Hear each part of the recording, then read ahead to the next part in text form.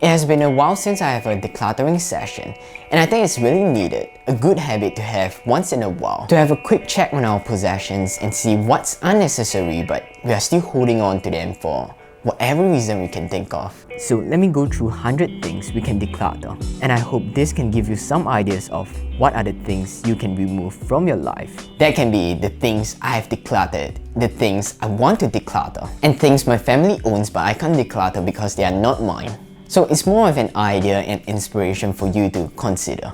There's no rule for this, and it doesn't mean you have to follow this list strictly.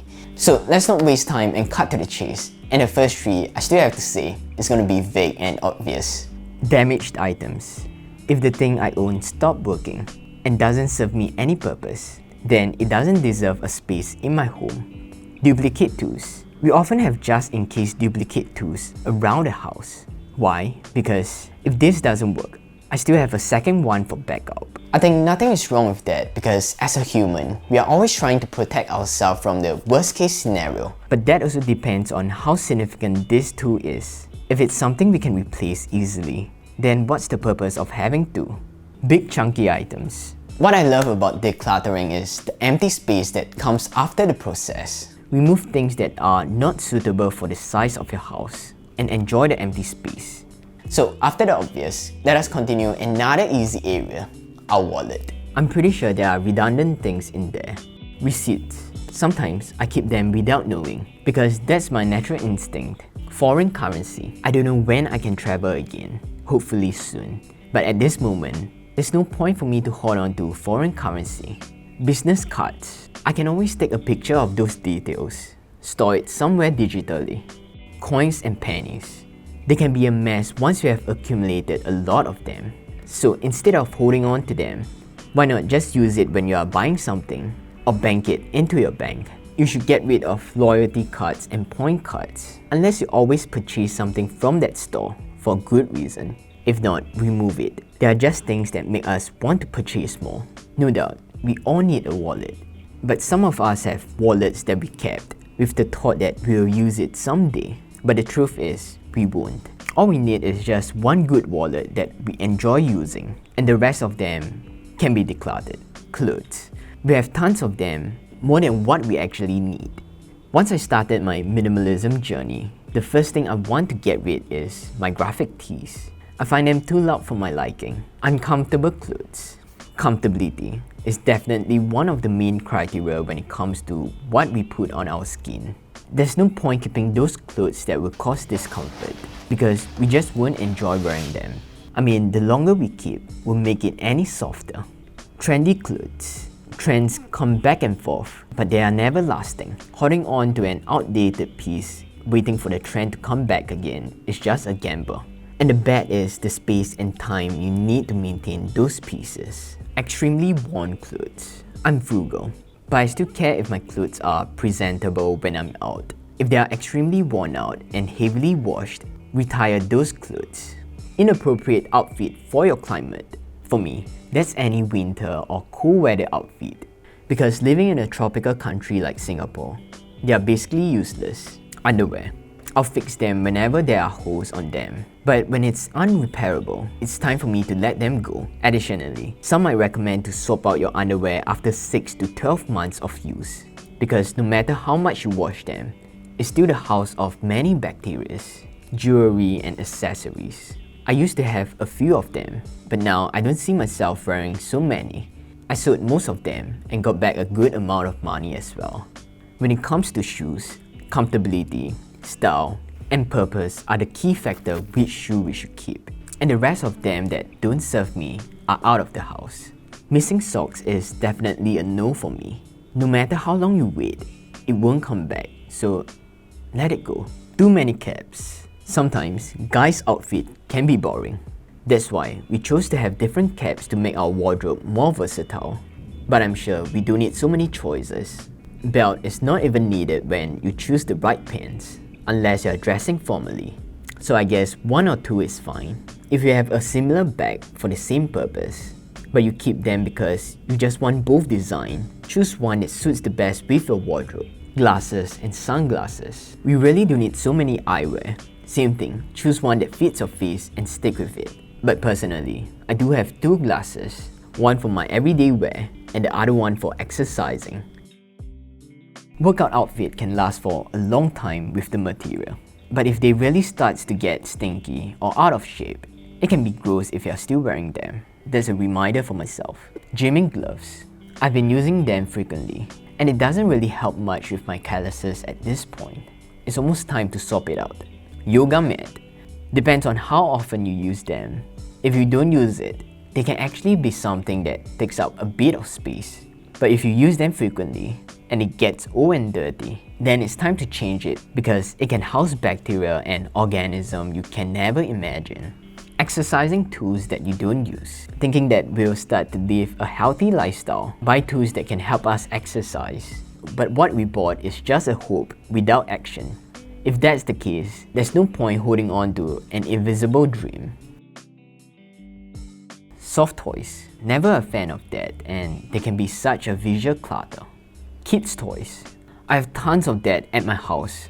All of them are my nephews. I think I'll make my kid a minimalist, if I ever have a kid. Pet toys. Maison, he doesn't like any toys. All he needs is my socks. Wait, it makes sense now. That explains my missing socks. Figurines. Similar to a collection. Limit the ceiling. And if you don't like it anymore, sell them off.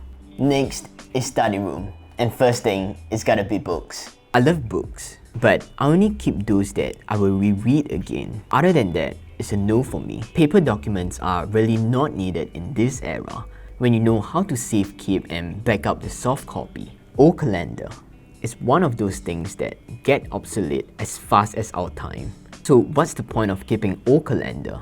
They serve no purpose. Notebooks, whether used or brand new, I'll recommend you to make the full use out of them. But I guess no point keeping them if you're still going to buy a new fancy one for a new year. Pen. I only have one, but I have a few refills. That's a habit I adopted when I was in school. It makes me put in more care when I only have one. And I'm not a fan of color, so black is the only choice. School books and notes. I only can speak for myself. I don't need any of those things after I graduated. I used to love the feeling of being able to declutter those books after an exam. I know there are certain jobs that still requires what you learned in school, and those textbooks and notes are essential. So don't declutter them for the sake of decluttering. At least find a digital replacement before you get rid of them. That's the study room, and let us move on to miscellaneous. So before we continue to the next point, let me thank our sponsor for today, Skillshare. Skillshare is an online learning community where I personally use it to learn different skills. They have a wide range of classes covering different topics from entrepreneurship to creativity. Speaking of decluttering, I'd like to recommend a class by Greg McKeown, the author of Essentialism. And in this class, he focuses on what matters to us and how we can eliminate non-essentials. And I'm sure you'll be interested in his class. I think Skillshare is really affordable with an annual subscription fee of less than $10 every month, and now you can try it for free. Be the first 1,000 to click the link in the description below. You'll get a free trial of Skillshare Premium. So I hope you can make the full use out of it. And now, let us go to the next point, miscellaneous. Hanger. My house has tons of them. Most of them are sitting around. If they were mine, I would have kept the most 10 extra hangers. Clothes peg. I don't do my laundry, so it won't be fair if I say they are unnecessary, but they seem kinda excessive. I'm a sucker for packaging. Once the boxes are beautifully designed, I wouldn't want to remove them. That explains why I have a cupboard just for it. Those boxes are things that I might resell. If not, off they go into the recycle bin. Manual. Similar to the warranty card. In this digital era, manuals can be downloaded digitally, if you even need a manual. Expired warranty cards. To be honest, I never used any warranty cards before. In most cases, our possessions can definitely last for years. That's why companies dare to place this bet. Nowadays, most of these warranties are online, so no point keeping those, especially expired ones. I used to collect clothes tag when I was still into fashion. Now I think it's kind of redundant because there's no use for that. and I'm just chasing the brand instead of appreciating the clothes on me. Used candle. If you have any that is finished, you can always repurpose it into a container or some sort. Most of the candle jar is pretty well designed. Things from your previous job. For mine, there would be army related things. Stuff like expired soap sponge and bags which I don't use anymore. But other than those replaceable tools, most of them I still have to keep it, so this bag is here to stay. Magazines. I used to love those coffee table books and magazines I can decorate my house with, but now I think they are kind of redundant and excessive. Water bottle. Honestly, I'm pretty particular with the water bottle I used recently because I don't want one that might leach microplastic. So if you think they are not safe to use anymore, declutter it. Pet accessories. You know, as a pet owner, my house has a lot of dog collars. I don't know why they are there, but if they are worn and dirty, just throw it out. Artwork. Meaningless artwork shouldn't be in your house to begin with. They are not interesting to have it as a decoration. And the thing is, they are easy to remove. Seasonal decoration. If they can be reused, that's great. For me, my family have those Chinese New Year decor, and they can be out for 6 months. Keys without a lock. Every house will have a mysterious key that doesn't fit any lock. Sometimes we keep keys even after we change the lock, so keep it as simple as possible. So that's all I have. I know it's not 100 of them, it's the first 50. I don't want this video to be long-winded, so I have to cut it short. The next 50 will be out soon, so hope you guys don't mind the wait. And I really hope that this video can give you some inspiration of what you can remove, what you can declutter from your house. So thanks for liking, subscribing, and watching this video all the way to the end. I truly appreciate that, and I'll see you guys again next week.